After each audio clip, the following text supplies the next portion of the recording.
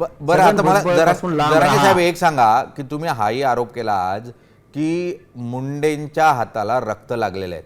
मुळात हा आरोप करण्यामागचं काय कारण आहे? असं काय केलं त्यांनी की तुम्ही थेट म्हटलात की मुंडेंच्या हाताला रक्त लागलेलं आहे म्हणून? मग ते कोणाचे लोक आहेत? संतोष भैया देशमुखांचा खून करणारे कोणाचे आहेत? महादेव भैया मुंडेचा खून करणारा कोण? कोण रे? गाड्या घेऊन पळतो तू, सांभाळतो तू. हा 5-5 7-7 हजार कोटीची प्रॉपर्टी त्या आरोपीची, ते खरमाड्या कोणी देऊ?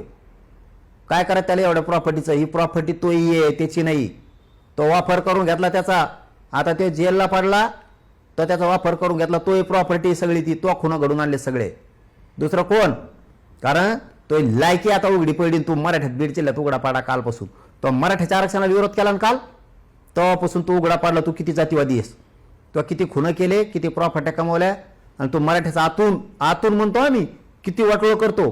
तू मराठ्याचे आतून किती नेते संपवले हे तू काल उघडं पाडला. त्या मेळाव्यात तू मराठ्याच्या आरक्षणाला विरोध केला त्यावेळेस.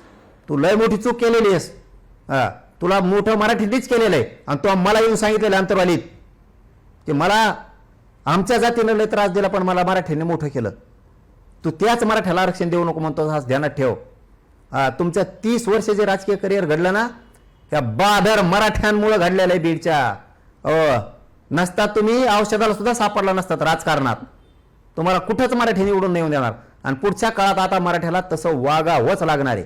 आणि मराठ्याच्या नेत्याला पण सांगतो, मराठ्याच्या आणि मराठ्याच्या आरक्षणाच्या विरोधात ज्या जातीचा नेता जाईल त्याला मराठ्याच्या नेत्याने मराठ्याच्या जातीने इथून पुढे पाडायचं म्हणजे पाडायचं. आणि यांच्याकडून मराठ्याचा जरी उभा राहिला तरी मराठ्याचा सुद्धा पाडायचा, तर सोडायचा नाही इथून पुढं. चला, तुम्ही स्पष्टपणे इशारा देताय की जे जे मराठा विरोधी असतील त्यांना निवडणुकीमध्ये पाडू अशा स्वरूपाचा इशारा आहे. आणि सर्वात महत्त्वाचं म्हणजे शेतकऱ्यांसाठीचा पुढचा लढा. जरांगे पाटील नवा लढा उभारणार आणि तो शेतकऱ्यांसाठीचा असेल, तो सर्वव्यापी असेल, तो एका जातीचा नसेल. आणि तो अत्यंत महत्त्वाचा असेल कारण राज्यातल्या शेतकऱ्याची, बळीराजाची परिस्थिती ही दयनीय आहे. आणि अशा परिस्थितीत जर जरांगे पाटील शेतकऱ्यांचा मूळ मुद्दा घेऊन, त्यांच्या पिकाचा मुद्दा घेऊन जर रस्त्यावर उतरणार असतील तर निश्चितपणे त्यांना पाठिंबा हा मिळेलच. शेतकऱ्यासाठी, बळीराजासाठी झालेलं प्रत्येक आंदोलन असो, नाहीतर शेतकऱ्याचा, बळीराजाचा प्रश्न असो, साम TV सातत्यानं मनोजजी तुमच्याबरोबर असेल या मुद्द्यावर. कारण शेतकऱ्यासाठी लढणं हे अत्यंत गरजेचं आहे. आणि तुम्ही एक चांगला मुद्दा घेऊन मैदानात उतरताय, त्यासाठी तुम्हाला खूप खूप शुभेच्छा. खूप खूप धन्यवाद, तुम्ही आज या चर्चेमध्ये सहभागी झाला त्यासाठी.